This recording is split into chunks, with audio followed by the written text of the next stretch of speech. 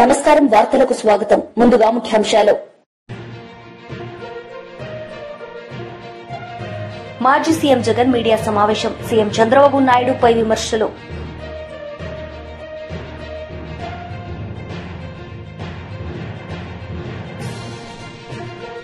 మాజీ ఎంపీ కవిత press meet, పలు అంశాలపై వివరణ.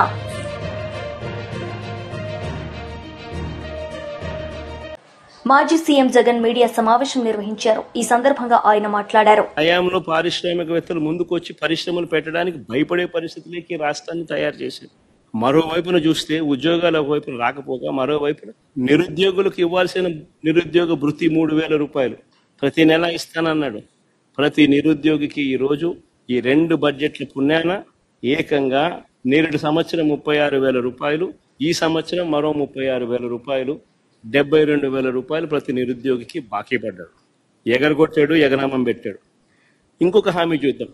ఎన్నికల వేళ ఈ పెద్ద మనిషి చంద్రబాబు నాయుడు అన్న ఇంకొక హామీ, 18 సంవత్సరాల నుంచి 59 సంవత్సరాల మధ్యలో ఉన్న ప్రతి మహిళకు 18 to 60 లోపు ఉన్న ప్రతి మహిళకు 18 సంవత్సరాల నుంచి 60 ఏళ్ల దాకా ప్రతి మహిళకు నెలకు 1,500 రూపాయలు, అంటే సంవత్సరానికి 18,000 ఇస్తానన్నాడు. ప్రతి ఇంటికి నీకు 18,000, నీకు 18,000, నీకు 18,000 అని చెప్పాడు. ఇంటికి వెళ్ళి ప్రచారం చేస్తూ ఆడబిడ్డ నిధి అని చెప్పి ఒక పేరు కూడా, బ్రహ్మాండమైన పేరు కూడా పెట్టాడు. నేను అడుగుతా ఉన్నాను, ఇప్పుడు ఓటర్ లిస్ట్ మన కళ్ళ ఎదుటే ఉంది. మొన్ననే ఓటింగ్ అయిపోయింది. 2,07,00,000 మంది మహిళా ఓటర్లు ఓటు వేశారు అని చెప్పి మన కళ్ళ ఎదుటే కనిపిస్తూ ఉంది. ఆధార్ కార్డు నెంబర్లతో సహా డీటెయిల్స్ అన్నీ మన కళ్ళ ఎదుటే కనిపిస్తూ ఉన్నాయి. ఓటర్ లిస్టులు ఎలాగూ ఉన్నాయి. వీళ్ళంతా 18 సంవత్సరాలు నిండిన వయసు వాళ్ళే, అందుకనే వీళ్ళంతా ఓటర్లు అయ్యారు. మరి 2,07,00,000 మంది ఓటర్లలో 60 ఏళ్ళు పైచిలకు నిండిన వాళ్ళను తీసేస్తే 1,80,00,000 మంది మిగులుతారు దాదాపుగా. మరి ఈ 1,80,00,000 మందికి సంవత్సరానికి 18,000 రూపాయలు చొప్పున కేటాయింపులు చేస్తే 32,400 కోట్ల రూపాయలు కేటాయింపులు చేయాలి. నేరేడు బడ్జెట్లో కేటాయింపులు 0. అంటే ప్రతి మహిళకు చంద్రబాబు నాయుడు పుణ్యాన ఈ 2 బడ్జెట్లతో కలిపితే నేరేడు సంవత్సరం 18,000 రూపాయలు ఎగనామం ప్రతి మహిళకు, ఈ సంవత్సరం మరో 18,000 రూపాయలు ప్రతి మహిళకు ఎగనామం. ప్రతి మహిళకు చంద్రబాబు నాయుడు 36,000 బాకీ ఉన్నాడు. మహిళలందరికీ ఉచిత బస్సు, ఇది చాలా చిన్న హామీ వాస్తవం చెప్పాలంటే. సంవత్సరానికి మహా అయితే నెలకు 275 కోట్లు కావచ్చు, సంవత్సరానికి మహా అయితే 3,500 కోట్లు కావచ్చు. చాలా చిన్న హామీ వాస్తవం చెప్పాలంటే. ఎన్నికల మేనిఫెస్టోలో ఇది హామీ పెట్టాడు. ఫస్ట్ ఇయర్ అయిపోయింది, ఎగలు కొట్టేశాడు. మళ్ళీ 2వ సంవత్సరం, మళ్ళీ ఈ సంవత్సరం బడ్జెట్లో చూస్తామా అంటే కనిపించడం లేదు. ఈ సంవత్సరము ఎగనామే. మా రాయలసీమలో ఉన్న మహిళలందరూ ఎదురు చూస్తున్నారు. విశాఖపట్నం పోయి రావచ్చు కదా, పోయి చూసి రావచ్చు కదా, బాగుంటుంది కదా అని చెప్పి. కర్నూలు, విజయనగరము, శ్రీకాకుళము, ప్రకాశము, అనంతపురం, నెల్లూరు, వీళ్ళంతా మహిళలు ఎదురు చూస్తున్నారు. విజయవాడ, గుంటూరుకు పొద్దున పోయి సాయంత్రం రావచ్చు కదా, చూసి రావచ్చు కదా, అమరావతి కడుతున్నాడు కదా, ఎలా ఉందో చూసి రావచ్చు కదా అని చెప్పి. ఉచిత బస్సు పెడితే ఉచితంగా ప్రయాణం చేసి రావచ్చు కదా, ఎక్కడికి పడితే అక్కడికి పోవచ్చు కదా, విహారయాత్రలకు పోవచ్చు కదా, చూసి రావచ్చు కదా, విశాఖపట్నం దగ్గర నుంచి, విజయవాడ దగ్గర నుంచి, గుంటూరు దగ్గర నుంచి అందరూ చూసి రావచ్చు కదా అని చెప్పి అందరూ ఎదురు చూస్తూ ఉన్నారు. కానీ ఈ పెద్ద మనిషి ఏమో ఇటువంటి చిన్న హామీని కూడా నెరవేర్చడంలో మాత్రం ఈ చంద్రబాబు నాయుడు అనే వ్యక్తి తన నైజాన్ని చూపిస్తూ ఉన్నాడు. నేరేడు సంవత్సరం 3,500 కోట్లు ఇదే మహిళలకు బకాయిలు ఎగరగొట్టాడు, ఎగనామం పెట్టాడు. మళ్ళీ ఈ సంవత్సరం మరో 3,500 కోట్లు, అంటే మహిళలకు ఫ్రీ బస్సు పుణ్యం, ఫ్రీ బస్సు రూపేణా మరో 7,000 కోట్ల రూపాయలు చంద్రబాబు నాయుడు బాకీ పడ్డాడు, ఎగరగొట్టాడు. ఇంకొక హామీకి పోదాం. కానీ ముఖ్యమైన హామీల గురించి మాత్రమే మాట్లాడుతూ ఉన్నా. చిన్న హామీలు పెద్ద పెద్ద గురించి మాత్రమే మాట్లాడుతూ ఉన్నా. చాలా ఉన్నాయి. సూపర్ 6 టు సూపర్ 7 టచ్ చేస్తున్న ప్రస్తుతానికి. స్కూలుకు వెళ్ళే ప్రతి విద్యార్థికి ఏడాదికి 15,000 ఇస్తామన్నాడు. 2 పిల్లలుంటే 30,000 అన్నాడు, ముగ్గురుంటే 45,000 అన్నాడు, కాదు నలుగురుంటే 60,000 ఇస్తానన్నాడు. ఎంతమంది మాజీ ఎంపీ కవిత మీడియా సమావేశం నిర్వహించారు. ఈ సందర్భంగా పలు అంశాలపై ఆమె మాట్లాడారు. ఇవి మీరు మహిళలకు డబ్బులు ఇస్తామంటారు, రైతులకు ఇస్తామంటారు, ఉద్యోగాలు ఇస్తామంటారు, ఇవన్నీ చెప్పొచ్చిండ్రు. ఇన్ని సంక్షేమ పథకాలు చేపడతామని చెప్పొచ్చిరు కదా, మరి మీరు ఎందుకు ఇస్తలేరు మహిళలకు 2,500 అని అడిగితే అది తప్పించుకోవడానికి అప్పటికప్పుడు బయటపడడానికి ఏం చెప్తాడంటే 500 కోట్ల కన్నా ఎక్కువ ఖర్చు పెట్టడం నా దగ్గర డబ్బులు లేవు, మా రాష్ట్రం బాగలేదు, మా రాష్ట్రం ఫైనాన్షియల్ సిచ్యువేషన్ బాగలేదని చెప్పారు. ఇంతకన్నా దౌర్భాగ్యం ఉంటుందా? నీకు నికరంగా ఆదాయం 12,000 కోట్లు వస్తున్నాయి, 18,800 కోట్లలో 6,000 ఖర్చు పెట్టగా 12,000 కోట్లు మిగులుతున్నాయి, 3,000 కోట్లు ఆల్రెడీ మీరు స్పెండ్ చేస్తున్నారని ఆర్బీఐ లెక్కలు చెప్తుంది. ఇంత దౌర్భాగ్యం ఏందని చెప్పి నేను ముఖ్యమంత్రి గారిని నేను ప్రశ్నిస్తా ఉన్నా. దరిద్రం అనేటటువంటిది మన ఆలోచనలనే ఉంటుంది, తెలంగాణ రాష్ట్రంలో లేదు. తెలంగాణ రాష్ట్రాన్ని కేసీఆర్ గారు ఒక స్థాయి వరకు తీసుకొచ్చి నిలబెట్టిండ్రు. ఇప్పుడు దాన్ని మొత్తం పడగొట్టాలి, అదేం బాగలేదని చెప్పాలనే ప్రయత్నంలో మన సొంత రాష్ట్రాన్ని అవమానిస్తున్నటువంటి ముఖ్యమంత్రి గారి వైఖరిని ఈ సందర్భంగా నేను తీవ్రంగా ఖండిస్తా ఉన్నాను. అదేవిధంగా తెలంగాణ రాష్ట్ర ప్రజలకు మరొక ముఖ్యమైన విషయం చెప్పాలి. ఈ నిన్నటితోని 7వ తారీఖుతోని 15 నెలలు అయింది ఈ కాంగ్రెస్ ప్రభుత్వం అధికారంలోకి వచ్చి. ఈ రోజుతోని వీరు తీసుకొచ్చిన అప్పు, ఈ 15 నెలలలో వీరు తీసుకొచ్చినటువంటి అప్పు అక్షరాల 1,50,000 కోట్ల రూపాయల అప్పు తీసుకొని వచ్చారు. 15 నెలలలో 1,50,000 కోట్ల అప్పు అంటే ఆ అప్పు మామూలుగా తీసుకురాలే. 2024 నవంబర్ 30 నుంచి మొదలు పెడితే ఇప్పటి వరకు ఈ రోజు వరకు తీసుకున్నటువంటి అప్పు మొత్తం 1,52,918 కోట్ల రూపాయలు కరెక్ట్గా చెప్పాలంటే. అంటే నెలకు దాదాపుగా 10,000 కోట్ల రూపాయలు అప్పు తీసుకొస్తున్నారు మీరు. మరి 10,000 కోట్ల రూపాయలు ఏడిపోయినట్టు? మీరు కనీసం మహిళలకు 2,500 ఇస్తలేరు, రుణమాఫీ ఇంతవరకు సంపూర్ణంగా కాలేదు, రైతు బంధు సంపూర్ణంగా కాలేదు, రైతు బీమాకి ఇంకా బాకీ పడి ఉన్నారు, బోనస్ ఇస్తామన్నారు, బోనస్ ఇవ్వలేదు, అది కాస్త బోగస్ అయిందని అందరు కూడా మాట్లాడుకుంటున్నారు. ఇట్లా ఒక్కొక్కటి లెక్క పెట్టుకుంటా పోతే నిన్నగాక మొన్న మీరు చేనేత మిత్రుల దగ్గరికి పోయినరు, వాళ్ళకి ఇవ్వాల్సిన బీమా డబ్బులు కూడా మీరు కడతలేరు. మొన్న మహిళల దగ్గరికి పోయినరు, మహిళలకు ఇస్తా అని చెప్పినటువంటి ఏ విషయం కూడా మీరు ఇస్తలేరు. మరి ఈ డబ్బులన్నీ ఏడిగిపోతున్నట్టు కేసీఆర్ గారు అప్పు తీసుకొచ్చిరు అని బదనాం చేసిరు. ఇవాళ మేము కేసీఆర్ గారు తీసుకొచ్చినటువంటి అప్పుకు మీకు న్యాయ పైసతో సహా లెక్క చెప్తాం. మరి మీరు కూడా మీరు 1,50,000 కోట్లు తీసుకొచ్చిరు, దానికి లెక్క చెప్పాలని చెప్పి నేను డిమాండ్ చేస్తా ఉన్నా. కేసీఆర్ గారు మొత్తం 10 ఏళ్లలో తీసుకొచ్చిన అప్పు ఎంత అంటే, ఇది కూడా ఆర్బీఐ రికార్డే, నేను చెప్పే కవిత్వం కాదు, అప్పు ఎంత అంటే 3,89,000 కోట్లు. దాంతోపాటు మనం గ్యారంటీలు ఇస్తాం కార్పొరేషన్లకు ప్రభుత్వంగా, అది మరొక 38 కోట్లు, అంటే 38,000 కోట్లు, మొత్తం కలిపి 4,30,000 కోట్ల రూపాయలు కేసీఆర్ గారు అప్పు తీసుకొస్తే ఒక్క కాళేశ్వరంకే 90,000 కోట్లు మేము ఖర్చు పెట్టినాం. అది కాకుండా ఇతర మొత్తం ప్రాజెక్టులకు, పెండింగ్ ప్రాజెక్టులకు, రిజర్వాయర్లకు, చెరువులకు, మైనర్ ఇరిగేషన్, మేజర్ ఇరిగేషన్ అన్ని కలుపుకుంటే 1,37,000 కోట్లు వాటి కోసం పెట్టడం జరిగింది.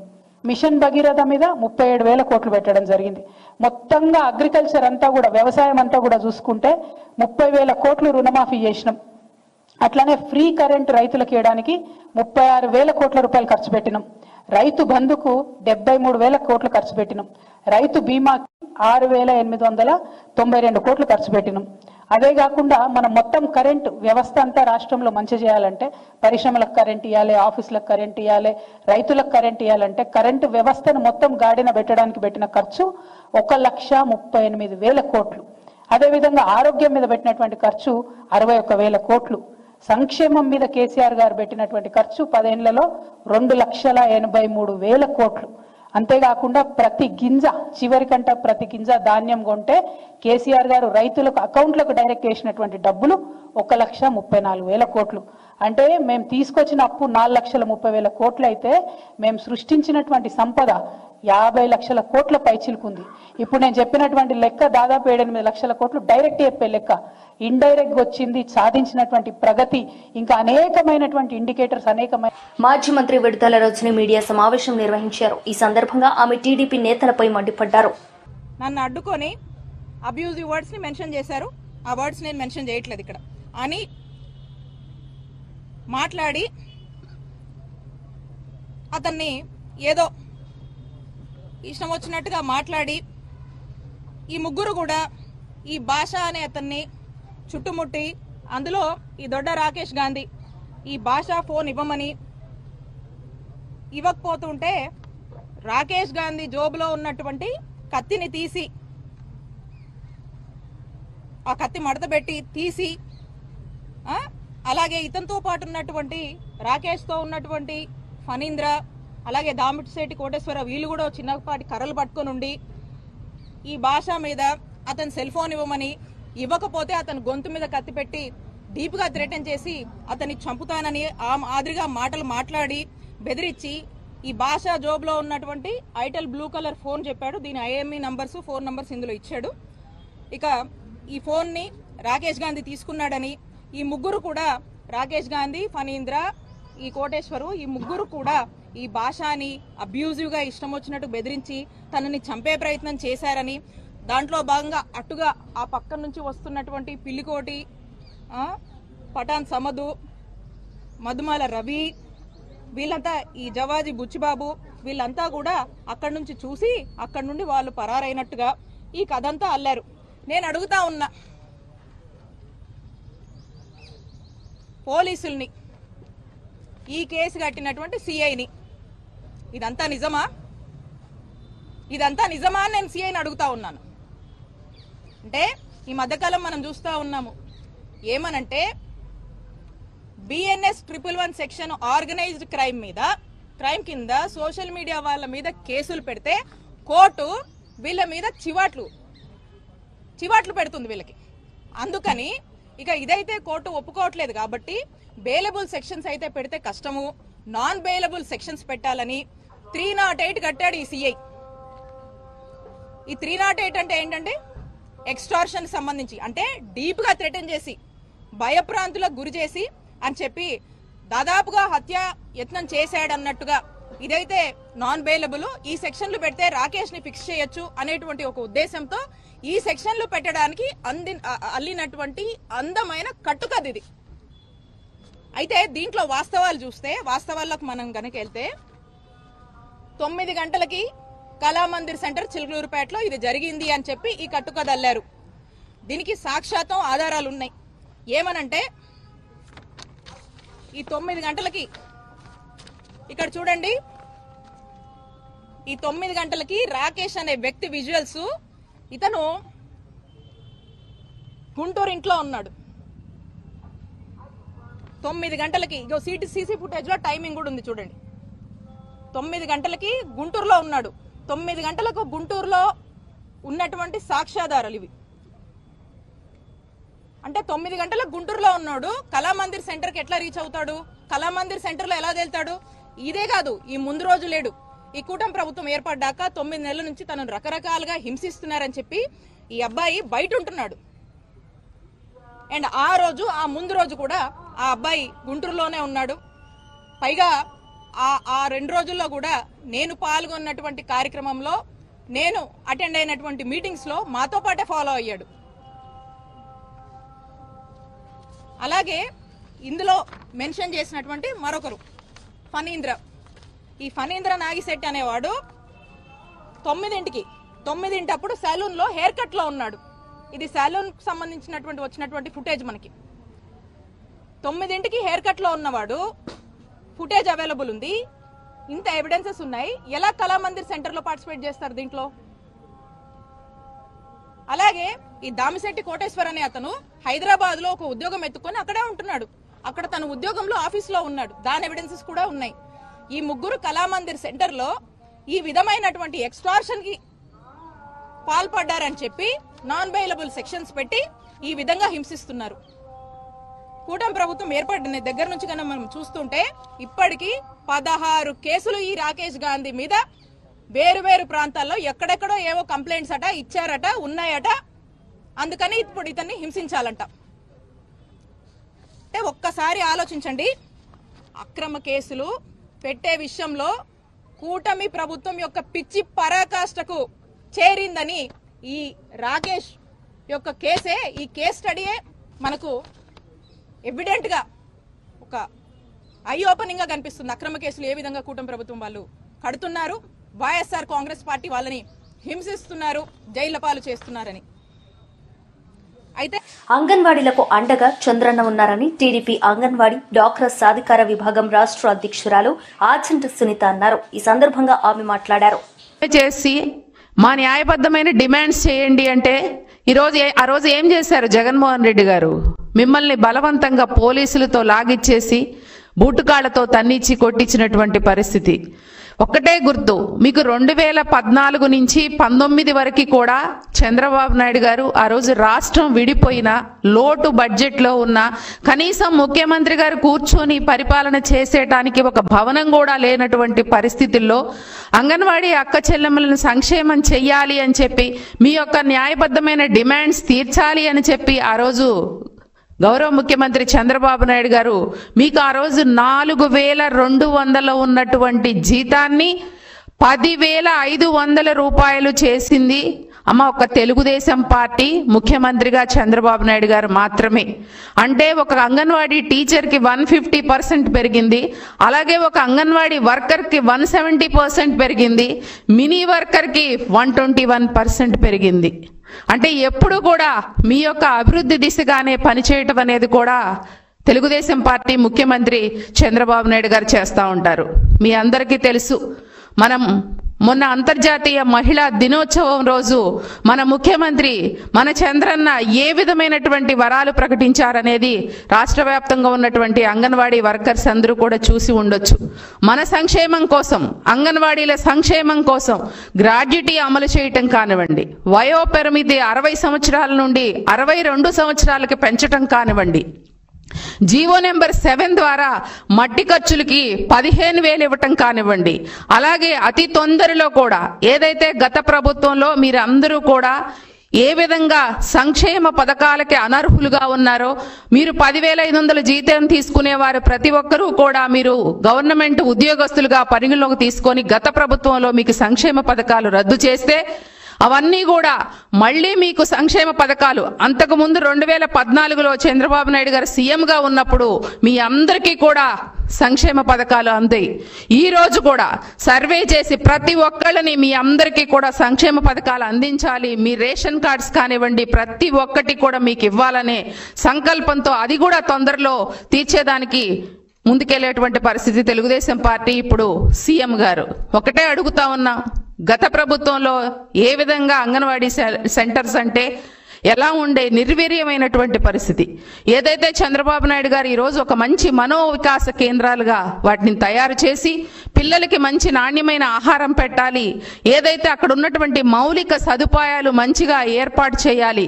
గత ప్రభుత్వంలో జగన్మోహన్ రెడ్డి ప్రభుత్వంలో నాడు నేడు పేరుతో కోట్ల రూపాయలు దండుకున్నారు తప్ప అక్కడ ఉన్నటువంటి పిల్లలకి కనీసం మంచినీటి సౌకర్యం కానివ్వండి, అలాగే కనీసం సమ్మర్ వచ్చినట్టు ఫ్యాన్స్ కూడా లేకుండా ఎంతో దుర్లభమైనటువంటి పరిస్థితిలో ఆ రోజు వాళ్ళు ఇబ్బంది పడినటువంటి పరిస్థితి చూశారు.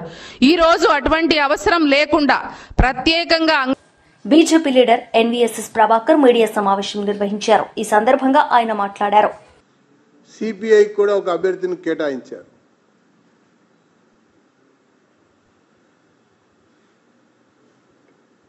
బీఆర్ఎస్ అభ్యర్థిని కాంగ్రెస్ పార్టీ అభ్యర్థుల ప్రకటన తర్వాత ఈ ఎన్నికని ఏ రకంగా అయినా సరే ఏకగ్రీవం చేయాలని చెప్పని ఆలోచనతో బీఆర్ఎస్ కాంగ్రెస్ కలిసి కుమ్ముక్కు రాజకీయాలకు పాల్పడ్డట్టుగా మనకు కనబడతా ఉంది. కుమ్ముక్కు రాజకీయాలకి పాల్పడినట్టుగా కనబడతా ఉంది. ఒకవైపున బీఆర్ఎస్ సంబంధించినటువంటి శాసనసభ్యులు కొంతమంది ఫిరాయించారు. ఆ ఫిరాయించిన శాసనసభ్యులని కాంగ్రెస్ పార్టీలో కలుపుకున్నామని ఒకరోజు, కలవలేదని ఇంకొక రోజు, కలిసే ఉన్నామని మరొక రోజు, ఈ రకంగా శాసనసభ్యులు కూడా ప్రకటిస్తూ వస్తున్నారు. ఇంకొక వైపున బీఆర్ఎస్ పార్టీ ఈ ఫిరాయింపుల పైన సుప్రీంకోర్టు వరకు కూడా కేసులు వేసింది. ఈ ఫిరాయింపుల పైన స్పీకర్ చేంబర్లో కూడా కేసులు ఎలాగో ఉన్నాయి, నడుస్తున్నాయి. అసలు ఈ శాసనసభ నుంచి శాసన మండలికి జరిగేటువంటి ఒక ఎన్నికల్లో ఈ ఫిరాయించిన శాసనసభ్యులని డిస్క్వాలిఫై చేయించడం కొరకు ఒక అవకాశం ఉండే, అది బీఆర్ఎస్కి ఒక అవకాశం ఉండే. అట్లాగే ఈ యొక్క ఫిరాయించినటువంటి వాళ్ళ యొక్క మద్దతు మాకే నిజంగా ఉంది అన్నటువంటి అంశాన్ని చాటడానికి కాంగ్రెస్ పార్టీకి కూడా ఒక అవకాశం ఉండే. కానీ వీళ్ళిద్దరు కుమ్ముక్కు రాజకీయాలకు పాల్పడటం వల్ల ఉత్తుత్తి కేసులు మేము వేస్తాము అని బీఆర్ఎస్, ఉత్తుత్తిగా నోటీసులు ఇస్తాము అన్నట్టుగా కాంగ్రెస్ వ్యవహరిస్తున్నటువంటి తీరుకి నిదర్శనం ఈ ఎమ్మెల్సీ ఎన్నికలు ఏకగ్రీవం అని చెప్పడానికి ఒక అవకాశం ఏర్పడ్డది అని చెప్పని నేను పేర్కొంటా ఉన్నా. ఇది ముమ్మాటికి బీఆర్ఎస్ కాంగ్రెస్ యొక్క కుమ్ముక్కు రాజకీయాలకి ప్రత్యక్ష నిదర్శనం అని చెప్పని నేను తెలియజేస్తా ఉన్నా. మేము మొదటి నుంచి చెప్తూ వస్తున్నాం, అది కాళేశ్వరం పైన విచారణ అయినా, ఫోన్ ట్యాపింగ్ సంబంధించినటువంటి అంశమైనా, డ్రగ్స్ యొక్క వ్యవహారం అయినా, ఓటుకి నోటుకి కేసుకు సంబంధించినటువంటి వ్యవహారం అయినా, ఈ ఇరు పార్టీలని కలిపి నడుపుతున్నది కేంద్రంలోని రాహుల్ అని చెప్పని మేము పదే పదే చెప్తూ వచ్చాం.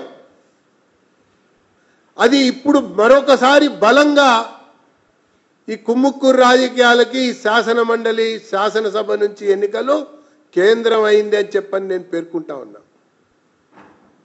నిజంగానే అవకాశం ఉండి మిగులు ఓట్లుండి బీఆర్ఎస్ఏ కనుక నిలబెట్టినట్టయితే ఆ ఫిరాయించిన వారు ఎటువైపు ఉన్నారనేది తేలేది, వాళ్ళ సీటు కొనసాగేదా, సీటు విప్పు ఉల్లంఘన ద్వారా. వైసీపీ లీడర్ మీడియా సమావేశం నిర్వహించారు. ఈ సందర్భంగా పలు అంశాలపై ఆయన మాట్లాడారు. మాయా సత్యకి దూరమైన విషయాలు, అబద్ధాలు, దాంట్లో ఇదొక్కటి. మేమొస్తేనే నిరుద్యోగ యువత అసలుకి అప్లికేషన్లు అడుక్కునే కష్టపడతా ఉన్నారు. పోయే కష్టపడతా ఇట్లా రకరకాల మీరు ఎన్ని మాటలు మాట్లాడారు, రాసుకున్న మాటలు మాట్లాడారు. మీరు 3,000 రూపాయలు ఇస్తా నేను ప్రతి నిరుద్యోగికి అని ప్రకటించారు మీరు. అంటే ఎలక్షన్లో గెలవడం కోసం మా పిల్లల యొక్క మనసులతో మీరు ఆడుకున్నారా? వాళ్ళకు ఆశలు రేకెత్తించారా మీరు? తీరా చూస్తే అట్లే అనిపిస్తుంది. ఒక్క పైసా దాని గురించి పెట్టడం కానీ, ఒక్క పదం దాని గురించి వాడడం కానీ మాకు కనపడలేదే. నిరుద్యోగ భృతి అనేది మొత్తం దాన్ని మర్చిపెట్టే కార్యక్రమంగా చూస్తూ ఉన్నాం. సంపద లేదనే మాట మాట్లాడద్దండి ముఖ్యమంత్రి గారు, అట్లాగే ఆయన డిప్యూటీ సీఎం గారు. మీతో అనేక బీజేపీ వెనకల ఉంటుంది. మీకు అచ్చంగా అప్పుల్లోనే 7,000 కోట్లు మిగిలాయి, 7 లక్షల కోట్లు మిగిలాయి మీకు అచ్చంగా. చాలా అదృష్టవంతులు మీరు. 14 లక్షల కోట్లని మీరు పలుమార్లు చెప్పారు, అన్ని మీటింగుల్లో చెప్పారు. అధికారం వచ్చినాక మీరు ఆర్థిక శాఖ రివ్యూ చేసినప్పుడు చెప్పారు. గవర్నర్ చేత 10 లక్షల కోట్లని ప్రకటించారు. అంటే అన్ని కోట్లే. అట్లాగే బీజేపీలో ఉన్న ప్రెసిడెంట్ గారు పురంధేశ్వర్ గారు 12 లక్షల కోట్లు ఉంటే మీరేం సరిగ్గా మాట్లాడరని ఢిల్లీకి కూడా పోయి వచ్చారు. మొన్న అసెంబ్లీలో మీ మంత్రి ప్రవేశపెట్టిన అప్పుల లెక్కలు చూస్తే 7 లక్షల కోట్లు దాట్లే. అందులో కూడా జగన్మోహన్ రెడ్డి గారు ఇచ్చిన డబ్బులు ఎంత? 3.5 lakh crores. ఆ మధ్య నాట్ ఈవెన్ 4 lakh crores. కనుక మీ దగ్గర డబ్బులు ఉన్నాయి, అప్పుల్లోనే మిగిలిన్నాయి. మీకు వడ్డీ డబ్బులు కూడా మిగులుతాయి. ఎందుకంటే మీరు వడ్డీ చాలా కడుతున్నాం అంటున్నారు కదా, వడ్డీకి కూడా 7 లక్షల కోట్లు మిగిలిపోయా. సంపద లేదనే మాట కాదు, మాట మీద నిలకడ లేనితనం తప్ప ఇంకోటి కారణం సంగతి ఇక్కడ నేను గుర్తు చేస్తూ ఉన్నా. దయచేసి నిరుద్యోగ యువకులకి ఉద్యోగాలు ఇవాళ మీరు చెప్పిన మాట ప్రకారం 20 లక్షల ఉద్యోగాలు ఇస్తామని చెప్పారు. ఈ సంవత్సరానికి ఇప్పటికే 4 లక్షల ఉద్యోగాలు దాదాపు ప్రమారం రావాలి. ఉద్యోగ కల్పన అంటే ఎట్లా ఉంటుందో ఒకసారి జగన్మోహన్ రెడ్డి గారి ప్రభుత్వంలో ఉన్న వాళ్ళని, మీకే ఇబ్బంది లేకపోతే జగన్మోహన్ రెడ్డి గారితో మాట్లాడండి. ఉద్యోగాల కల్పన, యువకుల యొక్క భవిష్యత్తు ఏ విధంగా ఉంటుందో వాళ్ళు మీకు సలహా ఇస్తారు. మనం చూసాం మీ దగ్గరే, మీరు చెప్పిన లెక్కల్లో చాలా కొన్ని లక్షల ఉద్యోగాలు వచ్చాయని చెప్పారు మీరు జగన్మోహన్ రెడ్డి గారి హయాంలో, అన్నీ కూడా ప్రత్యక్షంగా పరోక్షంగా. కనుక ఉద్యోగం అన్నా ఇవ్వాలి, మీరు నిరుద్యోగ భృతి అన్నా ఇవ్వాలి. ఉద్యోగాల మాట లేదు. మాట్లాడితే మెగా డిఎస్సి 16,000. మీరేం చెప్పాలనుకుంటున్నారు? ఆఖరికి మెగా డిఎస్సి నువ్వున్నా నువ్వు లేకపోయినా, ఇంకొకరున్నా ఇంకొకరు లేకపోయినా టీచర్ల ఉద్యోగాలు ఖాళీ అయితే ఉద్యోగాలు ఫిలప్ చేయాలా? కాదు 16,000కే మెగా డిఎస్సి అంటే ఎట్లా? 1,00,000 ఉద్యోగాలు ఒక్కసారి ప్రకటించిన ప్రభుత్వాల్లో పనిచేసిన వాళ్ళం మేమందరం. కాబట్టి మీరు నిరుద్యోగుల గురించి మీకు ఏమాత్రం ఆలోచన లేదు కనుక మీరు నిద్రపోతున్నట్లు నటిస్తూ ఉన్నారు. నిరుద్యోగుల పట్ల మీకు వినపడినట్లు కనపడినట్లు మీరు చూడనట్లు ప్రవర్తిస్తూ ఉన్నారు. వార్తలు ముగించే ముందు ముఖ్యాంశాలు మరోసారి. మాజీ సీఎం జగన్ మీడియా సమావేశం. సీఎం చంద్రబాబు నాయుడుపై విమర్శలు.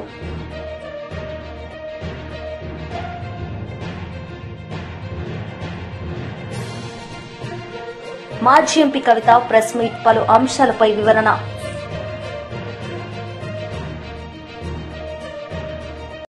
ఈ వార్తలు ఇంతటితో సమాప్తం. తిరిగి ప్రసారమయ్యే వార్తల్లో మళ్లీ కలుద్దాం. అంతవరకు సెలవు. నమస్తే.